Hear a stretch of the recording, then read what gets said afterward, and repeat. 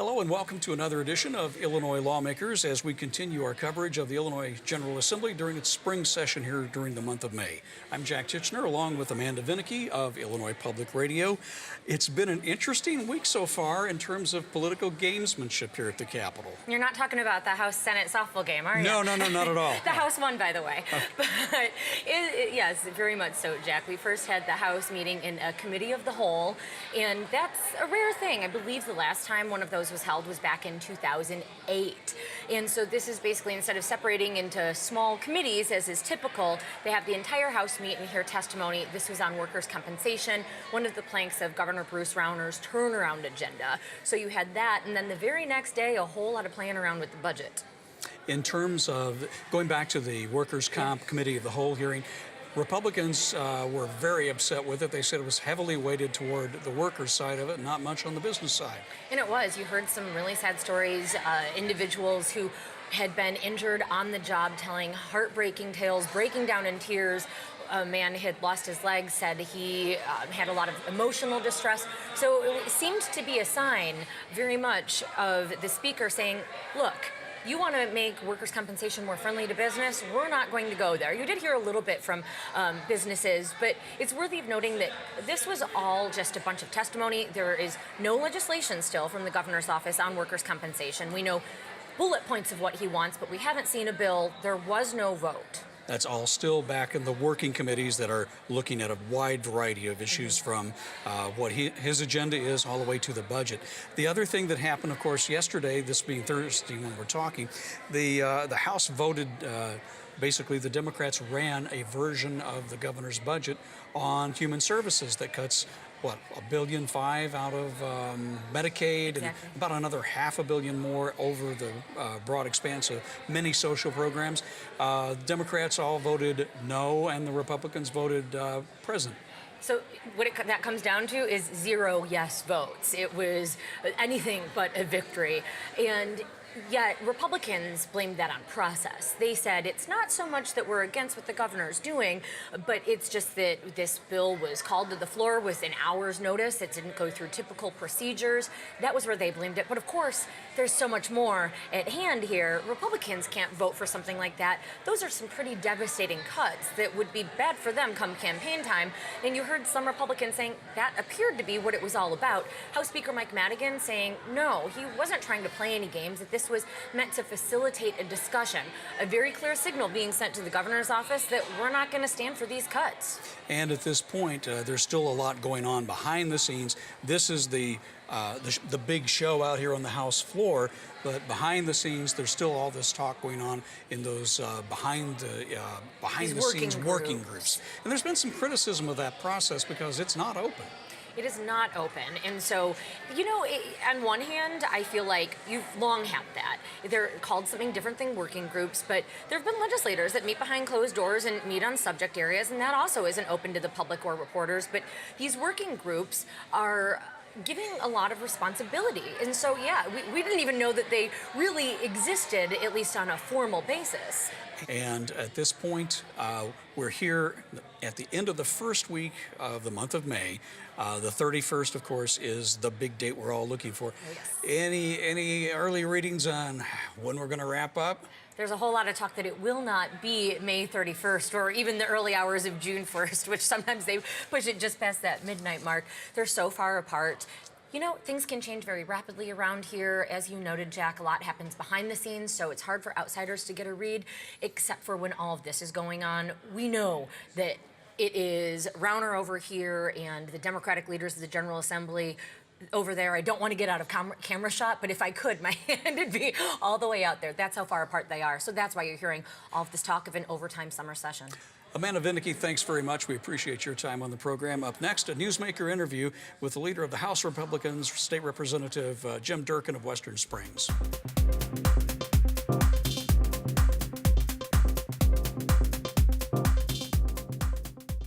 Joining us now on Illinois Lawmakers, House Republican leader Jim Durkin. Good to have you. It's been an interesting week here in Springfield. A lot of a lot of, if you will, theatrics taking place here in the House of Representatives. Earlier in the week, of course, the Speaker called a committee meeting of the whole on the workers' compensation issue. That's one of the key things that Bruce Rauner wants to get accomplished as his Illinois turnaround agenda goes forward. That was not to the Republicans' liking. The way Well, it was wasn't put together. balanced. Workmen's compensation reform is very important for the state of Illinois, and particularly the governor during his campaign, but stated that that is probably the biggest hurdle we have to job creation and keeping our manufacturers here in the state of Illinois. I've had multiple conversations with Doug Oberhelman. He's the CEO president of Caterpillar, and that to me is his biggest issue, and also with our John Deere's. So we have a working group of equal representation of Republicans and Democrats who are meeting to try to find a common ground on workmen's compensation reform. And we have been meeting, and then the committee of the whole from 2 days ago, actually it was announced on Friday, kind of took me by surprise. We were glad to participate, but I made it very clear that if we're going to have a hearing, we need to hear from the employer side of exactly what the current system is doing to them and how it is stymieing their ability to grow and to make greater investment into Illinois. So when the committee came out a few days ago, we were glad to listen to injured workers. I think it's important that we hear from them and see how how the system has helped them or not helped them. But the fact is, it was unbalanced. We didn't hear enough from the business side about the employer's perspective of what the system needs, how it needs to be changed, and how it's going to help them run their businesses. Well, one of the points that the Democrats wanted to make was we don't want to do anything that's going to put injured workers at the risk of any more harm through whatever reform passes. Well, you know what? People go to work, and unfortunately, people will be injured. But the fact is, there is a way to find a balance, to strike a balance that's going to ensure that this no-fault system is going to still protect the injured worker, but at the same time, we look at what's going on in surrounding states. The rates that they're paying currently for unemployment insurance are significantly less than Illinois. And we can do that. We can protect the worker, but I think we have to be fair to the employer as well, the one who's paying into the system.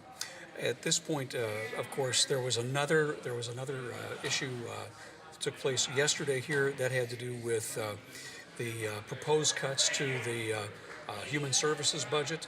The governor wants big cuts in Medicaid. He wants cuts in other social services areas. So the Democrats basically ran what they said was a version of the governor's budget. It's the first week of May, and as adults, we should be sitting and talking and discussing these things in our rooms and with our appropriation committees, which is what's going on right now. What we saw yesterday was form over substance. It was just pure political theater, but I think what you're seeing from that is frustration that the Democrats are having with this new governor. They have, for the last 12 years, have been able to get what they want, and they've been able to spend to the levels that they think that are necessary, and many times well above the revenues that we've had. They're not seeing this from this governor. The governor has made it very clear that I am going to stick with a revenue number, which the Democrats haven't even given us a revenue number, but he believes our revenue is going to be between $32 and $33 billion, less than previous years. But he stated that I would be open for additional revenue if you bring bills to my desk regarding reforming the workmen's compensation system, tort reform, property tax relief, a long list of items. And the fact is, the Democrat majority is not used to that type of governance. The Democrat majority sees the two issues as separate, that the budget's one thing, these other things are something entirely different. And this is the message they're trying to send your side of the aisle and the governor's office on the second floor. Well, the governor's made it very clear that they both are interwoven, and they can continue on with the theater, which they did yesterday. It's not going to be productive. We need to be adults. We can work on a manageable budget, one that is fair to Illinoisans, fair to our businesses, but we have to be very clear, and the governor is making it very clear, that the spending levels of the past are no longer acceptable, and we cannot continue to issue more debt to operate state government. How much more has to happen here before there can be a meaningful discussion of the budget, the actual numbers that get plugged into 2016? I've seen things move very quickly down here over the years. We can if we want. And magic happens usually the last week of May. It depends on how much cooperation that the majority party wants to give this new governor. I hope they will. I think we can get out of here by the end of May. I think overtime would be unfortunate. Some people are already speculating about that. But I do believe that there's a pathway to bring a fair and balanced budget to the legislature by the end of May. But they need to realize that this governor, when he makes a statement on an issue, he takes a stand, and I don't believe that he's going to budge. And I think that's why he was elected with more than Republican votes, but also Democrat and independent votes, to come down to Springfield and to put this place in put our state treasury in a better place. You said the governor is willing to entertain the idea of some revenue enhancements, some tax increases. At one point, you were saying earlier in the year that you didn't have that on the table at all. That's between the governor and the Democrat majority, and if the Democrat majority feels that they need more revenue, they can find the votes. But if the governor is going to entertain that, even talk about additional revenue, there has to be significant foundation changes within the state of Illinois government.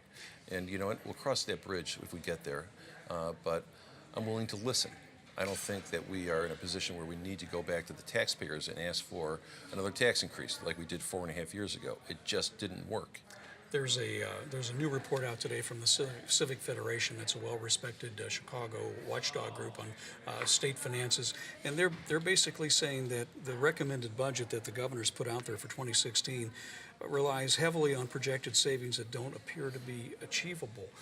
Areas like the $2.2 billion in pension savings from a bill that hasn't even been introduced yet. This is all, again, when a governor makes a budget address, that's just a hope, it's a thought. The governor made it very clear that, we've got X amount of dollars to spend, and it's up to the legislature to decide how they're going to get there. Now, again, what's happened over the last 48 hours does not help the process. It furthers I think, some animus that we have in the chamber towards the administration. But the fact is, let's be adults. Let's work on a reasonable budget, a fair budget, one that's balanced. We can do it, but every governor that I've heard on a budget address in my time down here has made a lot of comments about what they would like to see in the budget. It doesn't exactly make it into the final budget by the end of May. But again, the point we need to make very clear is that we need to work in a bipartisan manner. The governor has made that quite clear to solve the biggest issues of the day: unemployment, deficits, unpaid bills. But we also need to keep the state of Illinois running, but not to the levels that the Democrats have been used to for the last 12 years. There's some new issues that are coming up. Well, they're old issues, but they're finding new voice at this time. Casino gambling. The governor has indicated that while he's not a big fan of gambling, he would be open to Chicago, for example, getting a license that could clear up some of the financial problems they're having, so long as he gets some of this agenda that you're talking about passed. I think a lot of it is all interrelated, and that's my understanding as well. I think that if the city of Chicago is looking for some assistance, the governor needs some assistance from the Democrats on some of his agenda items. But with respect to gaming, just remember that this is not a Republican or a Democrat issue. There are built-in constituencies all over the state of Illinois that have an interest in gaming. So if one group is going to seek some type of relief, or if you want to call it expansion, there's other areas that within the gaming industry also are looking for help. Another bill that Democrats and Republicans would like to see, or a program of Democrats and Republicans would like to see move through, is a new capital bill. Yes. What's going on behind the scenes on that? I can't say much about that, but I do know that the Secretary of Transportation is going throughout the state of Illinois on a listening tour. But there hasn't been any great discussion behind closed doors on that. But I do know the governor has indicated that he wishes to have a large infrastructure bill at some point. He'd like to have it on a yearly basis. That's kind of ambitious. He believes that it's a good investment, and I think a lot of us do. We think it's good for our business community. It's good for putting, for our building trades, but that is still in its infancy. I can't say that over the next 3.5 weeks we'll be able to get an infrastructure bill passed, a major one, the one which the governor stated that he would like to see when he ran for governor. Well, you've got the whole other side of that is finding the revenue streams for it. Precisely. One area that's been talked about is this proposed tax on satellite television services. I've heard that. It's all been hearsay. There's been absolutely no discussion with the administration on a revenue source because we're not quite sure what the size or scope of the program is. So I think when we get some more clarity on what the governor's vision is for an infrastructure program, then we could talk about a revenue source. Would member initiatives be part of any bill like that? Pork barrel spending? Well, that's what we call it. Yeah, I hope not. I think that members of the legislature should be given some guidance on how to for money needs to be invested, but I think over the past many years we've seen that some of the things that show up in these spending bills don't necessarily relate to infrastructure. And we've had some members get in trouble over some of these grants as well. Some of these pork barrel projects that end up in capital programs. Leader Durkin, thanks very much. Always good to have you on Thanks, Illinois Jack. Lawmakers. Up next on the program, we'll be talking about some renewed chances or discussion about casino gambling expansion in the state of Illinois.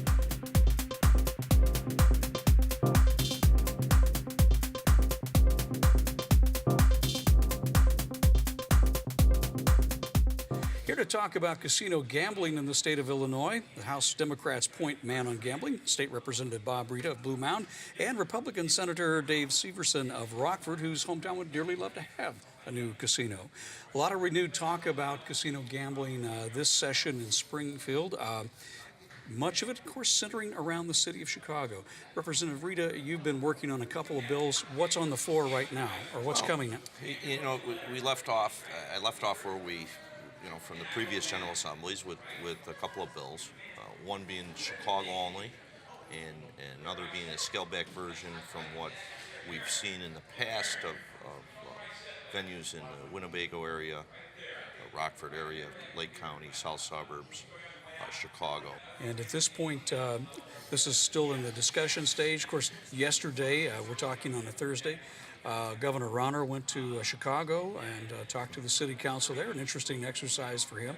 Chicago really needs a casino right now as one form of revenue to shore up the city's pension system. Well, it seems like, and right now there's been a lot of focus on Chicago, and the senator could probably tell you, this issue has been around, and there's been a number of different versions that we've put together. We're at very preliminary stages of trying to put together a bill that would, pass both chambers and get a governor to sign it. Senator, in your case, going to Rockford, you're on the border with Wisconsin. What's happening there that would make you want to try to get one of those casinos back in Rockford to keep people from going over the border to do their gambling? Well, I think it's important to understand that we're surrounded by 5 states that have really declared war on Illinois. When you look at what Indiana and Wisconsin and Iowa and Missouri are doing, they're building casinos right on the Illinois border. And we know that in excess of $1 billion a year is leaving Illinois and are going to those other states. So the idea of putting a gaming package together that includes Lake County, South Cook, Danville, Rockford, these are defensive moves that not only will keep keep revenues here in Illinois, but again, I think it's something that'll help economically those communities, and especially Chicago, that is desperately in need of revenue. Plus, it'll help attract and keep more conventions. One of the arguments I've heard is that if you went across the border into Indiana, you would see their casinos, their parking lots full of Illinois license plates. So it would be basically a move to bring those people back to Illinois to do their gaming. Yes, and I'm from the South Suburbs, and I've been out to the Indiana, and you look at the parking lots, 90%, high 80s, 90% are all Illinois residents out in Indiana, in which, the South Cook would be designed to capture what we're putting into the Indiana's revenues, keep here in Illinois. In terms of the overall revenue that this would generate for the state of Illinois, you've got a couple of different proposals. I understand the Senate's also working on one of their own. Do you have a sense of how much this would mean every year to the state coffers? Well, from the different versions that were put in place, it ranges from almost $1 billion to the latest COGFR report was $445 million. And a lot of it all depends on when you move tax rates one way, fees another way, it moves the money all in different directions. So it's a large range, but it all depends on exactly where the tax rates are set. You move it up a point or two, it changes the whole entire revenue forecast for it. You add different fees, upfront fees or back-end fees, it changes the... So it's a lot of money, but it ranges in depending on where we would put. Exactly. And that's what we have to look at. What is the net? We don't know what the split Chicago's going to get. We also know that when you're going to bring in new revenue from the 5 casinos, you're going to be losing revenues, as the leader said, from reducing the tax that's on the existing casinos, and then depending on what you do with the horse tracks, and what happens with video gaming. So there's so many moving components, we don't really know what it's going to be. But there's going to be certainly a net increase that could be anywhere from, I think, $500 to $1 billion when all's said and done. And there's the actual sale of the licenses as well that goes back to the state of Illinois. And the sale, which could be up front, or it could be, that sale could be paid off over a number of years based on how that's structured. Now, one of the things Mayor Rahm Emanuel would like to have in the city of Chicago would be a city-owned casino that I believe would be run by a private operator. The city would get to keep most of the money while paying whatever taxes would go to the state. Is that about right? Well, and this was one of the areas we had a issue in the past. City ownership versus a private entity, how the existing casinos are operated, or, and part of the version I put out would be state-owned, where the city and the state would split 50-50. That's where I said we're still in the preliminary stages. How do we craft this to meet the right amount of regulation, make sure there's checks and balances, but capturing the maximum amount of revenue for the state, Chicago, and then as you look at the existing, is in the Rockford area, south suburbs, Danville, for them local communities, being able to use this as a economic engine for the. I think most people understand the city of Chicago's got an enormous problem. They've got a $600 million pension payment coming up that will be hard to make. They've got other economic needs there. But for cities like Rockford, for up in Lake County, down in the south suburbs, Danville on the border with Indiana, if they're not in that, would there be enough support for a go-it-alone Chicago casino? No, I don't think there is, because the needs that Chicago have are not much different than the needs that South Cook would have, or Lake County, or Rockford. These are urban communities that have the same struggles. That are also seeing a lot of revenue leaving our areas as well. So I think there's enough support to keep those all together. It's just working out all the details, because there's so many different pieces of this. But I think we can get it done, but it really needs to be done this year. Otherwise, it's not going to help Chicago with their issues. And if we put it off another year, it just means a lot of revenue that leaves Illinois. One of the big changes this year is Governor Bruce Rauner is open to the idea of a Chicago casino. He's been talking to his friend, Mayor Emanuel, about that. He's not a fan of gambling, but he appreciates the need for more revenue. The contingency, though, is he would like to see his turnaround agenda passed as part of this. Well, and when you start tying other issues, as we said, you move one part, you move 3 other parts, but then you throw inside, budget. It's got to have an agreed budget, and we'll do that. These are all part of. So we're entering in May here. We're going towards the end of May. These are obstacles and/or that we need to work through. But gaming, on itself, if you look at all the benefits that it would provide, when we start intertwining different aspects to this, is when we start getting into, rough waters or complicated, makes it a lot more complicated. We hope this will be separate from the other issues, because this really helps fill a lot of those other issues. So passing this separate deals with economic issues, it deals with new revenues coming in, and then the bigger issues that he's talking about, the turnaround agenda, the need, whether temporary tax comes back in or not back in, all those I can understand and need to tie those together. But we hope something as important to this doesn't get caught up in those areas. You both alluded to the complicated nature of trying to pass a gambling bill. I've watched this for probably the last 10, 15 years here go through so many different versions. You get so much into these bills. You have the horse racing industry, you have the casinos, you have all these different things, and pretty soon you end up with what's called a Christmas tree bill that kind of collapses under its own weight. Is that your fear this year? It doesn't have to be. I think if you get individuals that are focused on trying to get an end result, and they sit down and make adult decisions, I can tell you, we could sit down in one day and we could have this thing ironed out to a satisfaction that would work for Illinois and it would work for those communities that have it. So what we need to do is get the information, get the special groups that are all concerned about it, hear their concerns, but then get them out of the room and then let us sit down and craft something and then move it forward. Are you that optimistic? Well, no, and I would say we take it slow. You got to take each part slow, even though you could say, well, the deadline's coming, but there is a lot of time. And you take each component as you go. You start going rapidly too fast, and what happens is that effect comes. All of a sudden you're taking, putting all these different components, and then you say, oh, look at this bill. And it just sort of kind of topples over. I would say take the approach, as Senator said, we take a little slower aspect as we add things in, say delete things and move at a pace that it doesn't, because it's a fine line once you hit that. Is what I've experienced. Other times, in other iterations of this issue, I've heard about slot machines at O'Hare and Midway airports, at the state fair. Is there any discussion of that this time out?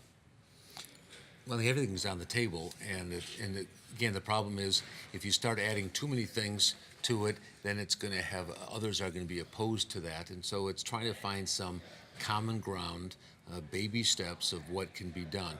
What can we all agree on for sure? What can pass that we agree to? And then if there are other issues that are still out there, either we address those in the future or we just keep it out of the equation right now because we don't want those side issues to be what drags this thing down. Senator Syverson, Representative Rita, thanks very much for your time here on Illinois Lawmakers. We appreciate it. That's it for this week's edition of Illinois Lawmakers. We will be back next week here with our continuing coverage of the spring session of the Illinois General Assembly during the month of May. From all of us at Illinois Lawmakers, so long from Springfield.